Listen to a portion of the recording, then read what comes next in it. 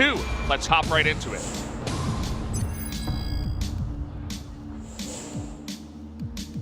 And Afreeca Freecs, we talked about their diagnosis, and Afreeca are supposed to be a very diagnostic, very cerebral team. They're not interested in the Yasuo coming through from Tempt in game number 2, and they're also blue side banning the Talia. Very interesting to see. Does give bbq a bit of a bonus ban. It says, hey bbq, go ahead and ban Swain. And bbq says, thank you. I'll definitely feel good about that one. Would have loved it on the red side, but not going to happen. All right, well, Afreeca Freecs don't want to deal with any shenanigans, and they definitely don't want to play Nocturne first pick. Hey guys, you're on the blue side, by the way. First pick Kindred, very possible here, but will bbq ban the Kindred, I wonder? Well, Afreeca gave them that option. Well, they didn't want to first pick Nocturne, so that's, I think, a confidence thing for Spirit. They lost on it, they don't want to play it again. Will they first pick the Kindred? Because we have seen many teams try to play Kindred. We know Spirit is a monster on Kindred. They don't want to give it over to Tempt, so this might just be the first pick Kindred. That is a very interesting drawing. Said Tempt fighting at the bottom. I wonder if that was Tempt. But yes, the Kindred comes in, and it's Gragas time. It definitely is Gragas time. It's very obvious. I mentioned they're staring down the barrel of Gragas' keg. Well, oh, well. We are definitely going for the pathing jungler into Kindred and also this cast to reset the Lamb's Respite. Okay. So it's going to be Jungle Trundle, this time from Trick is pathing. We praised it in game number 1. It's been good on Trundle recently as well. But don't mind the first lock-ins here.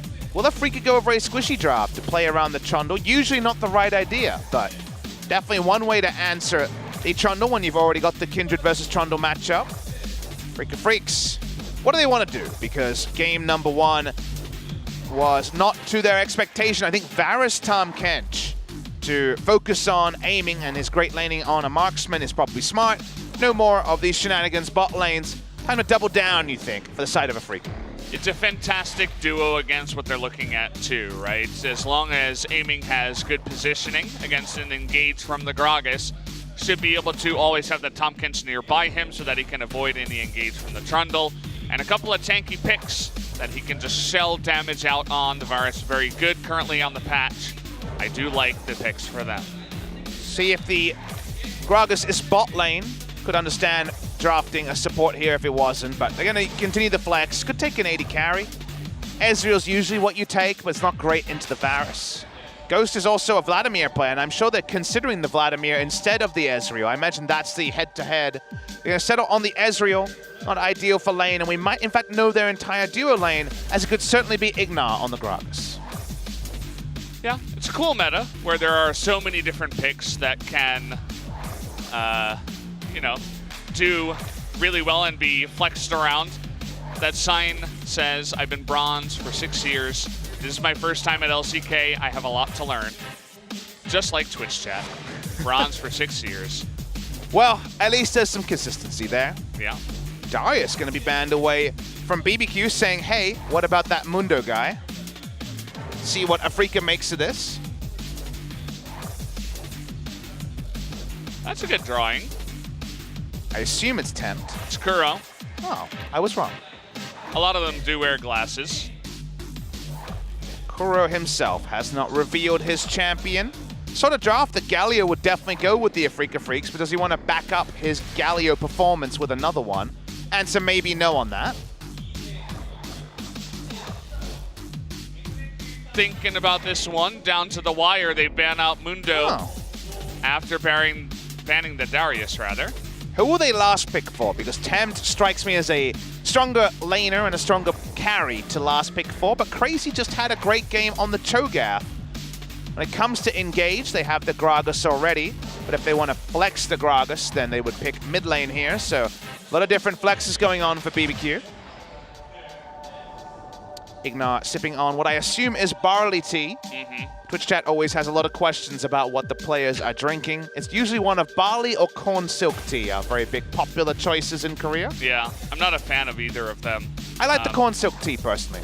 Yeah, I mean, they're not like disgusting. I'm not a big fan. I wouldn't choose it over water. Is it confidence time for Crazy? He has a Gragas on his lineup, so maybe it's not the worst time ever to go for a blind pick Cho'Gath, and they will. Hey, it worked out in game 1. And by the way, he was 2-0 on the Cho'Gath before that game. That was one of the guys we didn't mention, and now he's 3-0 after the last game that we did just play. Let's see what Afreeca do decide to respond with into the Cho'Gath. Initiation is really important when you're running the Kindred Varus, and they will take the Gnar, who's not quite Orin for initiation, but does dunk on the Cho'Gath a bit easier.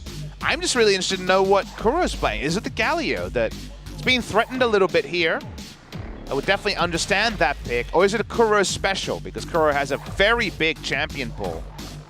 Wondering what they work out here in terms of most played that's available. It's a lot of one-offs, and it's going to be a mid-lane rumble in this game. They're actually doubling down on the Kindred, and this is going to be a replay of what we saw SKT not be able to win with Rumble Equalizer and Kindred's invading. So this is very much a mid-game, early mid-game comp here from Afreeca. I'm excited to see this. It's definitely not just a throwaway. I'm sure some of you out there are like, really? They're going to go Rumble mid? It's actually a good combination, and I think it should have some good work to do, but let's see what the response is. Last second change to Anivia in the mid lane against the Rumble. Really peculiar time to see an Anivia. Usually Anivia is drafted against Swain, Cho'Gath, lots of bruisers. Yeah. Instead, it's a lot of squishy. Squishy's on the side of Afreeca, a lot of them quite slippery as well, so I really don't understand the Anivia draft here. I mean, the Syndra before, I feel like made a lot of sense. You know, a lot of squishy targets. Yeah. You might force a Lamb's Respite at a inopportune time. I think that would have been a really good play, but we never like to assume too much about how late the pick was, but they went from a Syndra at 1 second to an Anivia as the time went down. So Syndra at 0 seconds to Anivia at 0 seconds. Yeah, so I'm not really sure about this one. Syndra would have a huge kill pressure on Kindred or Rumble if they tried to do anything funny. So we'll see how this one works out for the side of bbq. They have so much terrain. If you think about what team fights could look like, a wall, also a Trundle pillar, and you were pointing out a hell of a lot of teleports. Yep, 4 teleports. Anyone who doesn't take Smite takes teleport now. 814, it was nerfed a little bit, added some extra time onto it. I think it was 60 seconds. We're still on 13, baby. Yeah. So TP meta, square bang in the middle of it. Very peculiar choice to see Tempt pick up the Anivia here. Not going to have a lot of kill pressure on the Rumble. But let's focus on Afreeca's draft. Rolling back what SKT couldn't win with.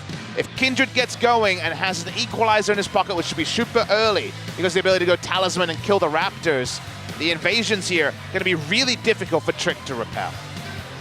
It's going to be fun to watch. You know, maybe Spirit just pops off and we see what we should have seen from SKT with this duo of Kindred and Rumble. Also curious about the teleport on Gragas. You know, what exactly is he going to be doing with that? Can It's Ignar, baby. Oh, yeah. Maybe some shenanigans to the top side. We'll have to wait and see. Let's start game number 2, bbq versus Afreeca.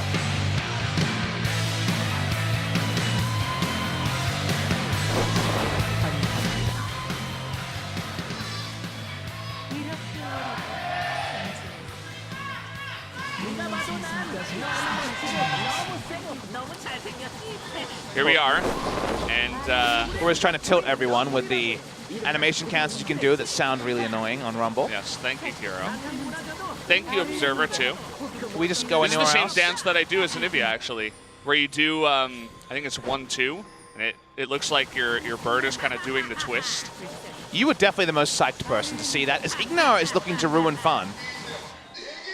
Well, he was definitely looking for it. And that's when you do some extra emoting. They're actually really happy to see Ignar because we've seen Ignar pop up to top lane with Body Slam first to try to get cheese kills with a teleport support. Yeah. Keen actually rushed straight to the most advanced brush, being like, all right, there's 2 ways you can play this. I remember Smeb put down a very early ward in the second brush not to get cheesed by a teleport support. And meanwhile, the Gnar, whether he's going to be auto-attacking crazy on the way to lane or spotting out the Gragas, just chose to go as far up as possible. Now, with all of this, they did not put down any advanced vision on the Raptors, which is just a straight-up mistake when you're facing a Smite mid laner.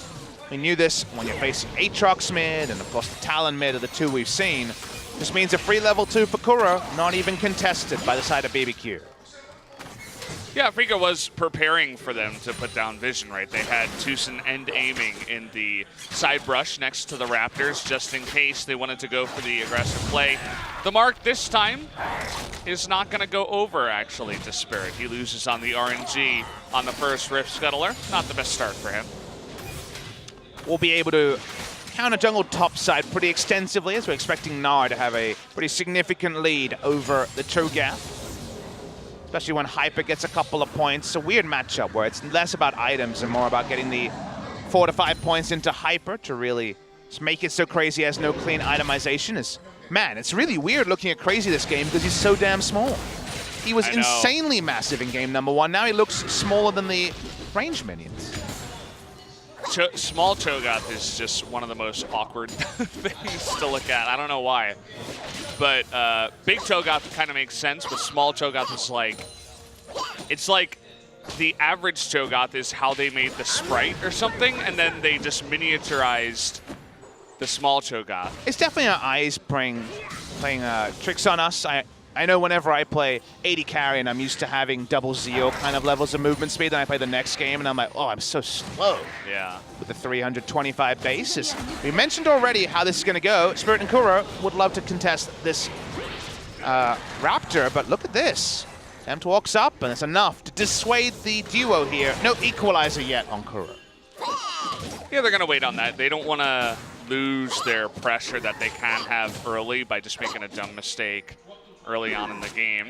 Want to wait for the equalizer, as you were mentioning. Level 6 for both of them will be extremely strong, especially against Trick Tempt. Pressure is definitely the key word in this particular series. So in this game 2 at least, Keen going to have lane pressure onto Cho'Gath. Varus Tomkins you definitely take over the Ezreal and Gragas. And because of the double TP, yeah, definitely. They got the extra laning summoner on Tucson. And then Kuro should have a fast level 6 and be able to invade with Kindred. And the Anivia famous for being pretty slow moving, so most of these neutrals, whether it's enemy marks or something like an Ocean Drake, should be pretty free. See how Spirit goes soloing this one down at level 3. Now, you can do it, you just need to smite early. Yep. So if the Trundle was here, obviously it would not work, but in order to survive, you do need to get that smite off. Decides not to until the last second, just to show off a little bit, gets a little bit of help from his team, and at about 4.5 minutes, we do have our first drink. And good news, not to be outdone by the 4 teleports on the side of bbq, Afreeca can have 3 smites, which can also be very, very cheesy as well. But also have access to the triple teleport, as Tucson is running the unsealed spellbook.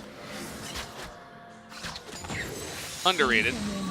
First mark of the game to Spirit. You already mentioned earlier that he missed out on the top side Scuttle Crab. Keen did a bajillion damage at one point, about 30 minutes in, doing more damage than the entire enemy team, but was on the losing side, so hard to place too much blame with the Pirate in game number 1. Once again, in a very good spot in terms of lane champion choice here. Let's see how he can do, as Trick has made his first adventure to the top side. Yeah, Crazy doesn't have much mana, but you might be able to force a flash and then return. Maybe something like that, but at the end of the day, Trick just showing his face will return to the Crux, farm that out, and then go for a back. In case you guys have been reading patch notes, you know there's gold funneling nerfs on 8.14. They're not present in this patch, so you don't have to rush your Runic Echo. If you are Kuro, clear to go in for the Sorcerer's Shoes, for the movement speed, to sidestep the Q from the Anivia, and also more equalizer damage, which as we all know, is what the Rumble is all about. Double tier on the side of bbq. Both Ezreal and Anivia, of course, are going to be tier champions. So they do have their own bit of scaling. You have to imagine that the Anivia is not the best into this composition, especially with, you know, the Rumble equalizer on top of you. You can have the Gnar hop over your wall. You can get stunned from, you know, the Gnar specifically, who, you know, we'll see if Keen can actually pull that off, but eventually if the Anivia just reaches crazy amounts of scaling, which she can get to at some point, maybe the, you know, the compositions won't matter too much. She can pull off some huge amounts of damage. Not onto the Gnar, though. He's gone for an intriguing build. He's actually rushed Negatron and a Cull on his first purchase. I believe Wit's End may be coming, as here comes the counter jungling we talked about. Too late, though. They would love to take that blue buff away from Anivia. Everybody, it's like the famous case, right? You take the blue buff away from Anivia, but... Season 2 analysis when Froggen was playing right there. Nicely done. I probably said the same sentence in Season 2. That's right, because you cast CLG EU. I did. Back when they were an OGN champions summer 2012. That was over 6 years ago. Long time ago. Definitely wasn't a LoL caster then.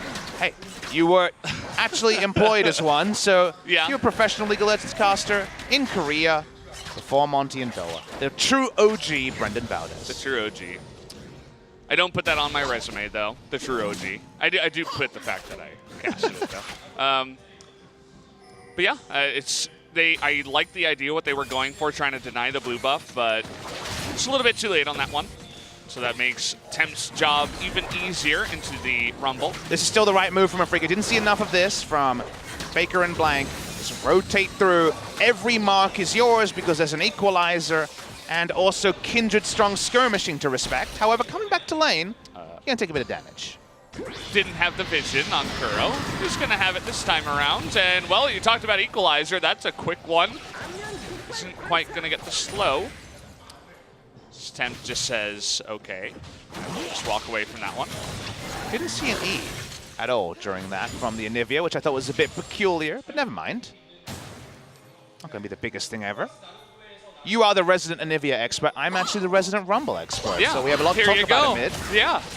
We got the sort of specific knowledge. This is basically a lane stream. Yeah. Brought to you by Papa Smithy and Valdez. Put it on the mid lane. We'll talk all about this matchup. Although Anivia into Rumble never happens. Unless you're in, current meta. Yeah, I mean, I'm not that experienced in this matchup, but I can pretend. I pretend to be a caster all these years. I know, it's crazy. We're still here. The Anivia, as long as you can dodge the slowing missiles from the Rumble, you should be okay. Because you can generally control space very well, so you shouldn't be getting hit by the Flame Spitter. I think Spirit's looking for a pretty low percentage gank in the top side. Kane's Mega Gnar is timing out. The Cho'Gath has Flash, so maybe best to abandon this one. As I just want to know if we're seeing Keen go for a Wit's End rush on the Gnar. That'll be the first time I've ever seen that. He's against double AP laners. It might even be Iceborne Gauntlet Ezreal, so has a lot of validity against the opposition, but would just be a different pick, as Crazy's like, this sucks. Yeah, you just kind of have to take it. And you can't give it, because your damage is magic and you're going up against a guy with an Egatron cloak. So you just sit here and you wait for your jungler. That's exactly what's going on. There is actually no vision currently. Could try to hop around the bend here, go for a sneaky pillar, but again, it's Gnar. You can just hop over it. I think both junglers have been seduced by the top side, but maybe not the best moves for them. Spirit's got double control ward. That is his third mark of the game. So 4 is the magic number to hit the 575 range. Got Warrior Enchant as well. We already know all about the Rumble. How aggressive are we getting around this Kindred? Is a question only Spirit knows the answer to. And this winning lane is almost coalesced into a bot lane first brick turret. Yeah. At this point, I don't think you try to go for any dive without the Rumble, of course. Just, zone him out, clear out some vision, take your second Drake. Don't go for a dive just yet. You can always get, unfortunately, cast away if the Gragas is on his game and you don't want to do anything too risky just yet. So risky to draft the 2 losing lanes, and Anivia really only has position till after level 6 when it comes to control. Always going to be just fine against the Rumble. Trick in position for a turret dive, but some trading places needs to happen. He just looked really confused, trying to run away. He was caught red-handed. Yeah, he really was. You could tell he felt very awkward in that moment. Well, it's also that moment where he's setting up for a low percentage turret dive as the Drake confirmation is sent globally. Yeah. Look at that damage, though, onto aiming. He's going to throw out a cask, and Ignar says, get away from my Ezreal. Get into my heart, Keen. He has gone for the Wit's End rush Gnar. As Kuro, look at this. 5 points into Flame Spitter. That magic resist reduction is going to be happy news for the Rumble in a team fight. If we ever even see that interaction, because Afreeca just doubling down on win lane, win game for now. Ooh, missing that smite there. As it does go over, there is the Devour on top of Tucson, but Ignar is here. The flash committed to by Tucson just to get to safety. Kuro in a bad position too, is forced to flash away. He gets the mark. That's mark number 4 for Kindred, but a couple of flashes are spent. May be surprised to see that, but Varus was on a recall and had to teleport back into lane. Big Fi got the Rage Blade on that back, so there wasn't actually the backup that the Rumble Kindred duo is usually expected to have. Speaking of Rumble, hands in the cookie jar, going to take away the Raptors. They're doing a much better job of contesting camps than we saw from Faker and Blank. Again, the only other duo we've seen play this Smite Rumble. The theory that wasn't put into practice is get all those marks, get them early, because the Rumble Equalizer will already be there, and it's level 2 Equalizer, where the buffs, which were put onto Rumble, have finally become active. Seeing a lot of people bot side, but Spirit's here. No flash, it's double teleport. This is what their comp was made to do. Tucson is gonna survive for now. Blue buff though on the side of Anivia, but Tucson lives through everything. Trick, he did have the stopwatch, but it wasn't enough. First blood goes over to the Varus in the bot side. So much time to buy there. His top lane, Crazy's gonna die. Oh, the knockup, and he's not able to get that through, Oh. and Keen almost dies on the backside. No flash there, assumed he had it.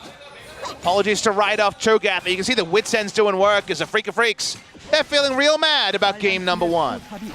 They want to shut this down real hard. That was a cute maneuver, but you can see why Kindred is such a high-tier pick nowadays. You get into a bad spot, one Kindred ultimate can turn the tides, and that was a huge fight for Afreeca to win. It's just so much pressure being applied. Kindred, will she go hard at the paint for the mark or try to steal away the red? Both of them up, but actually just going to be respectful. Maybe Rift Herald will be the choice. Watching the replay here, I love how they use Kindred ult, and notice Tucson when it comes to the use of the Grey Health. We're going to actually focus on the interrupt there by Keen, not even notice. It was supposed to be a 3 triple. people. But watch here, Tucson trusts in the Lamb's Respite, doesn't use the Grey Health until afterwards. The ultimate there from Kuro just to zone away. Free kill, another mark onto Spirit. This man has got a lot of marks, criminally early. He's all marked up, man. He's been through the entire ring so far, and well, we'll see how many he ends up with in the end of it all. I think he's at 5 right now, maybe. 4 or 5. And it is Iceborne Gauntlet Ezreal as well. It's impossible for bbq to ever take a 5v5 or even a 3v3 against these comps.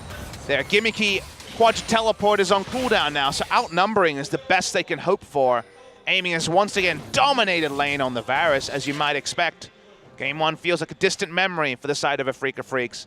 In basically any amount of members, 1v1, 2v2, 3v3, they should come out huge victors as 5 stacks now onto the Kindred. What do you think about the Swifty boots? The Swifties on the side of the Anivia. Generally, it would be nice to get that magic pen, but I guess this helps against dodging Rumble stuff, you know, just dodging all the skill shots on the side of Afreeca. I think it pales in comparison to just drafting the Anivia that we already had our kind of big finger waving at and saying, I don't know about this one. Certainly hasn't impressed us in this game. A slow-moving mid laner that has control and is very good against the tankier lineups we've seen in the past. In this game was not seeming great. It's just zoning here by Afreeca. Yeah, everything and the kitchen sink thrown at the Anivia. Tempt does dodge everything, so credit to him. They keep the turret alive too. Ghost just trying to find farm on the side lane, trying to get to 2 items on the Ezreal before the game may already be fully in the toilet here. As Afreeca Freecs just trying to look for the next easy objective.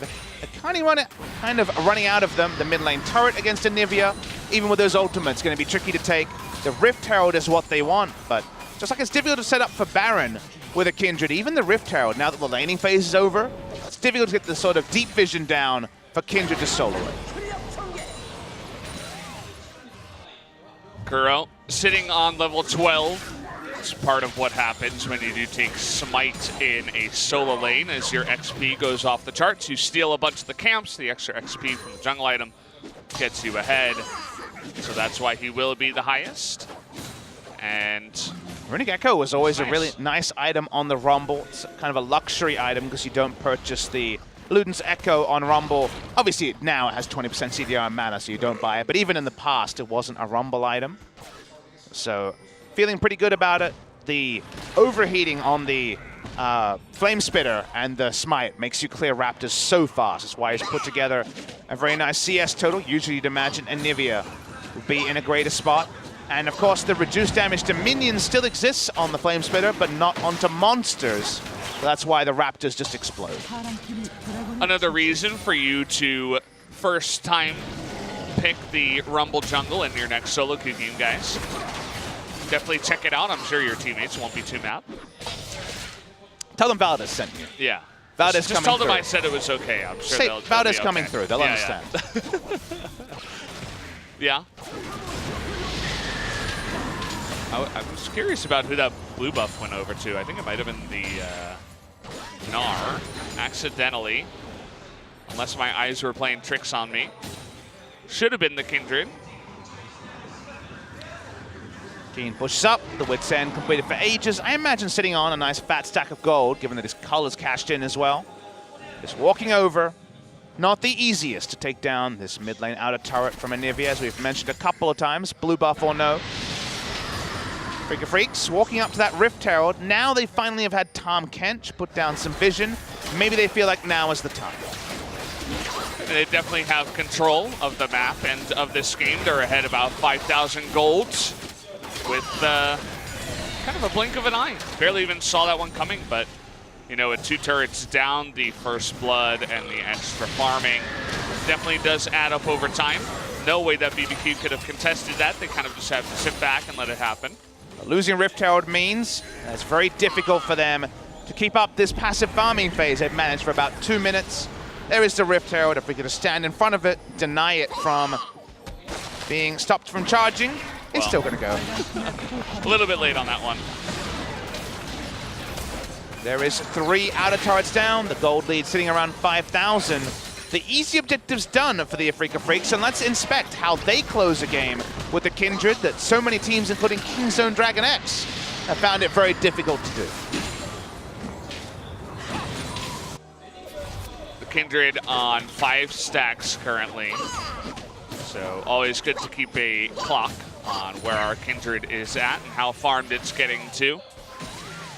But we're definitely at a point in time where Afreeca, they're only going to really have that Baron as a play. It's going to be pretty hard to push into the Anivia, so they might just accept that, you know, hey, let's go for a Baron, try to force a fight, get the Anivia out of position, and maybe we can just win on a turn. Aiming went for the Nationals Tooth Varus build. We've seen a couple of these in Korea, a bit more common in other regions. Kai'Sa and Varus, both known to flex to the AP build from time to time. Does mean he has easier access to Zonias as an item, which is usually more useful than a Guardian Angel for the AD carry role. Walk up, still strong, gets physical damage scaling on ability power with his W for the amplified Q damage as well. So nice little options there. A lot of Baron threat from this Afreeca Freecs lineup. They can have triple smite, they can turn off the objective really well, but top side, they get another flash at Akuro.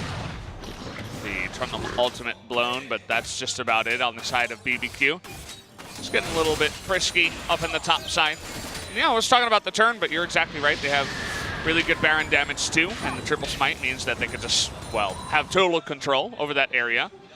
Always scary against Cho'Gath, so getting that deep vision. If you remember the reason that Kingzone were delayed for 20 minutes, they could never get adequate vision around where you see Anivia pathing. The deep blue wards on the red side, red jungle, was something that Kindred finds it very difficult to do. The only face checkers are a damage stacking Gnar, who will be on the other side of the map, and also squishies that need to be devoured by the Tom Kench. So this is quite tricky to get adequate vision to make a Baron play.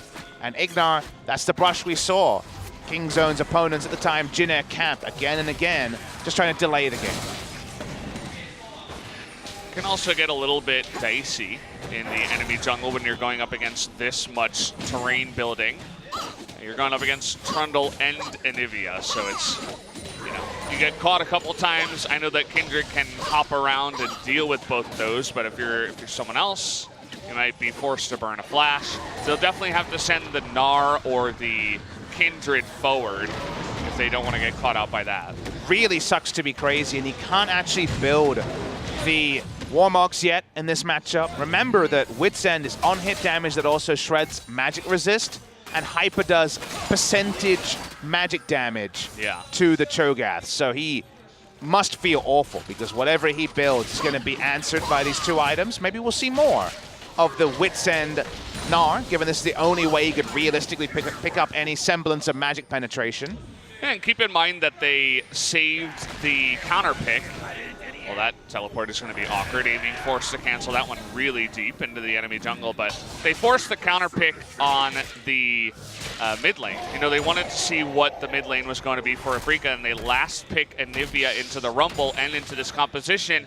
Instead of giving the counter pick to the top side, and then maybe, you know, you pick the Anivia and it's a little bit more forgivable, and then you get a better top lane for yourself, they kind of swapped it around. And that's why we've already talked about the draft a couple of times with Anivia. They gave up flexing the Gragas to just get the Cho'Gath and give Tempt counterpick, and then we're very uninspired by the counterpick he ended up with. And this has been, if you think about this season, we've actually had quite a few red side 5th picks that have just kind of done nothing or actually been counterproductive to the draft, which is disappointing to see. Ignar is going to be here against Kane. Trying to capitalize on his greediness, going for the turret, gets the flash out here, but this is, okay, Tusin's going to come in, the cast on the Gnar, he's there! The flash forward from Tusin is going to save his life. Keep in mind that Kindred is here too, forces the flash here out of Crazy. The rest of bbq is going to come in, say don't hurt my teammates, but a little bit dicey there. He actually ate him out of Cho'Gath's mouth. Imagine that in any semblance of life, but that's exactly what happened. The feast animation was halfway through completing onto the Gnar.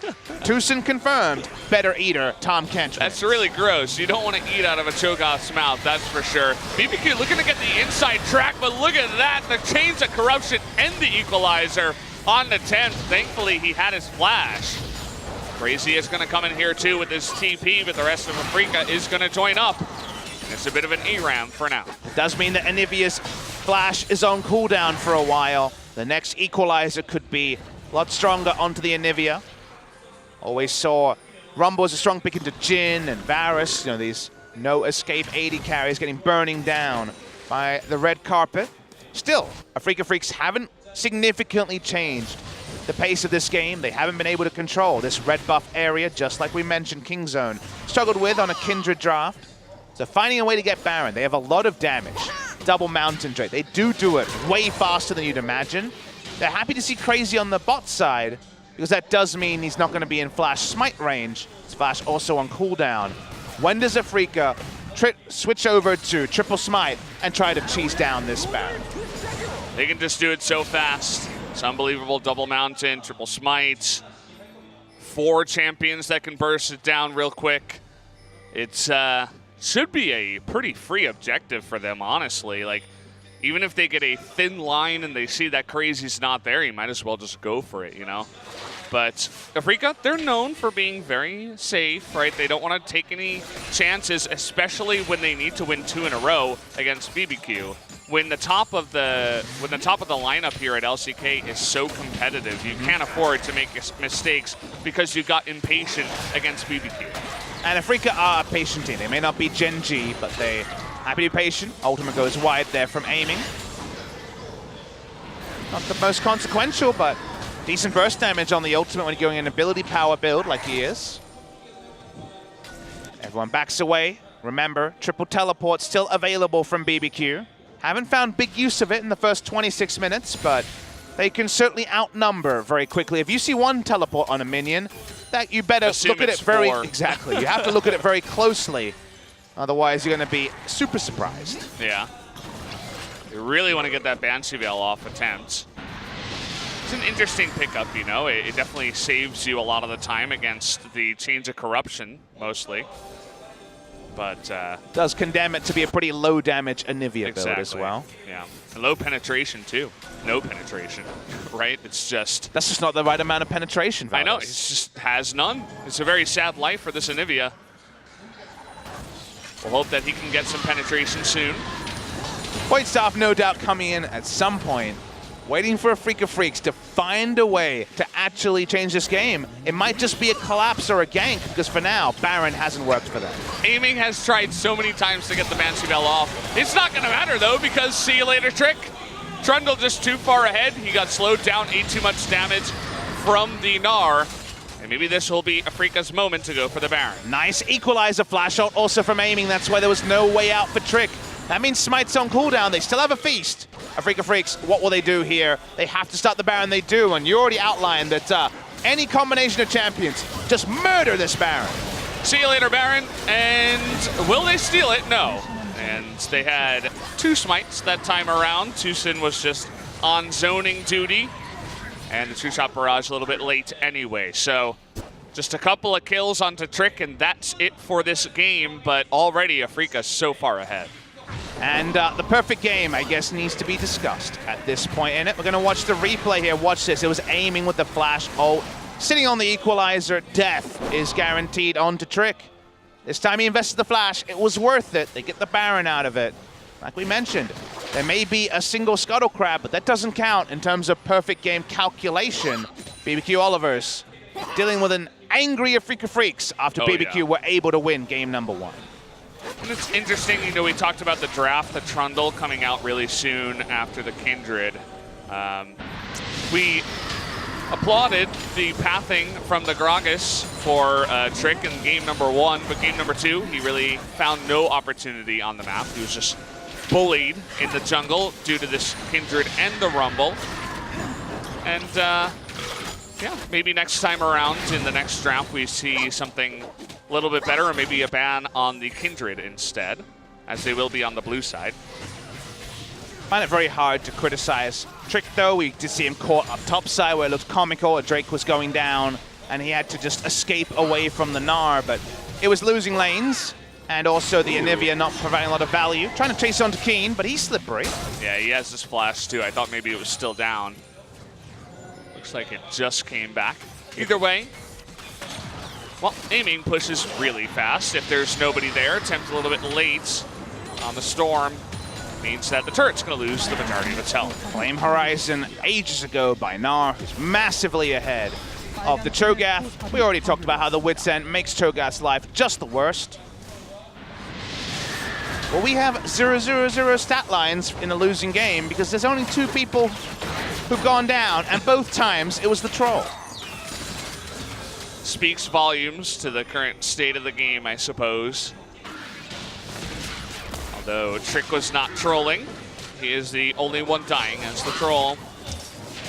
And well, Ghost is really desperate for this game to go for another 10 minutes.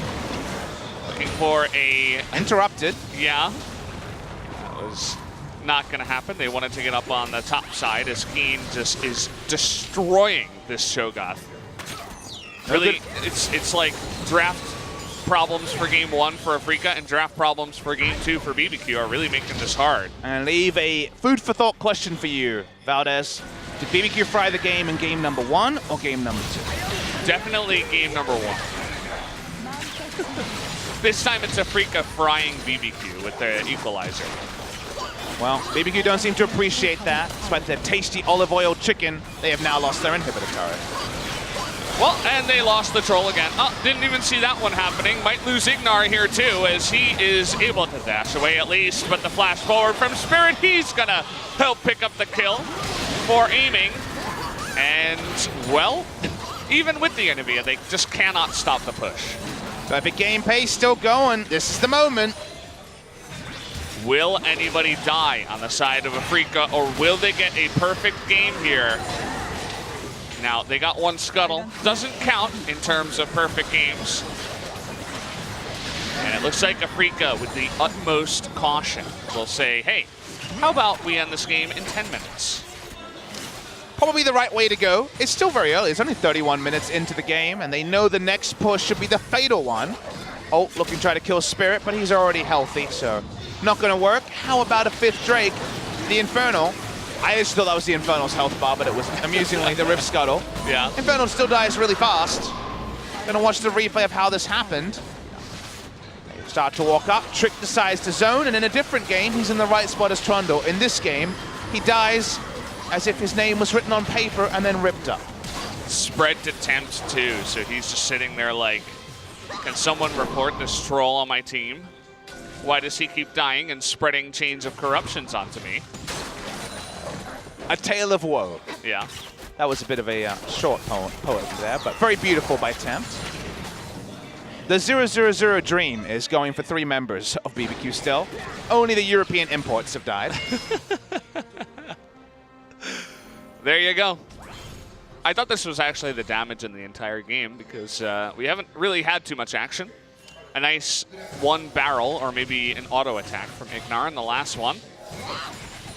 Probably the former.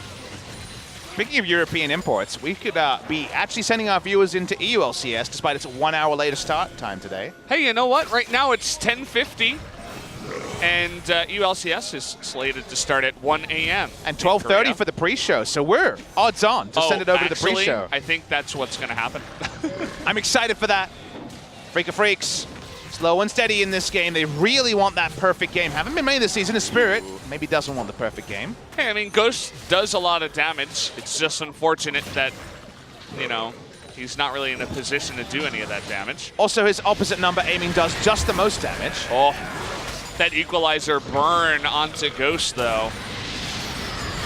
As he's the one taking damage now. The Cho'Gath looks very different compared to Game 1. Game 1 Cho'Gath is Cho'Gath on the enemy team. Game 2 is the Cho'Gath on your team, obviously. I feel those feels. Aiming also seems way better at Varus than Zoe. Who would have thought? Still an AP carry, so 2 AP carries in a row, but aiming is monstrously far ahead. We have to give him the MVP because he's 4-0-0. We've only ever had one other game where someone ended with 100% kills, and that was actually his opposite number, Kramer, who won a game for Afreeca Freecs with 100% kills. That's not kill participation. Actually kills, he was 9-0-0. Yeah. Well, this would be more impressive if they could just end the game with no more kills. 4 kills, 4-0, 40 minutes. Perfect game. Yeah, but 5 Drakes, that would be awkward. Looking at the Baron now, this is why I said 10 minutes. May not take 10 minutes, maybe just 5, because they could just pick up the Baron, push into the top lane, get all the super minions, and end the game. Kuro, tilting us, knows that we're definitely going to have the camera onto the Baron. It's going to be checked, but they have exactly 0% chance of taking this Baron. Freebie for Afreeca Freecs. I mean, it is the extra AP Ezreal. Did a lot of damage, but point taken. You would have to be extremely lucky. These Baron minions are pretty tanky, huh? I wonder what the lowest kill perfect game was. 4 would probably be close to it. I think we had a couple of situations like this last split, right, where it was like 2-0 and they took the second Baron and we're like, is it just going to end? Usually everyone dies once. Maybe one person going 0-0-0, but not much more than that. Eamon's just been sniping for that Banshee Veil the entire game. Haven't seen him hit it once. He has his own one now. Look on in fear at the 80 carry Banshee Veil. I mean, look on in fear at the bottom lane push. They might not even need to take that top side. How bloodless can we be? Will it be the perfect game? That's where the hype is, because we know Afreeca is sending this to game number 3. Spirit just autoing in the face of 4 members of bbq, doesn't seem to care anymore. Another inhibitor is gonna pop up now. They can just take that one away. And the bottom one is gonna spawn in 20 seconds. Thank you, Spo TV. They still have some terrain. Maybe they can pull off some miraculous delay, but it seems like it's only gonna be a delay for their own demise, Valdez. You know, that Ezreal doesn't even do that much to the Rumble. Tempt pushing forward. He really wants to get a fantastic equalizer into that back line, and that is going to do it. They want more kills. Can they get any? Ghost is going to go down, but a 5-0 victory in 36 minutes might have been our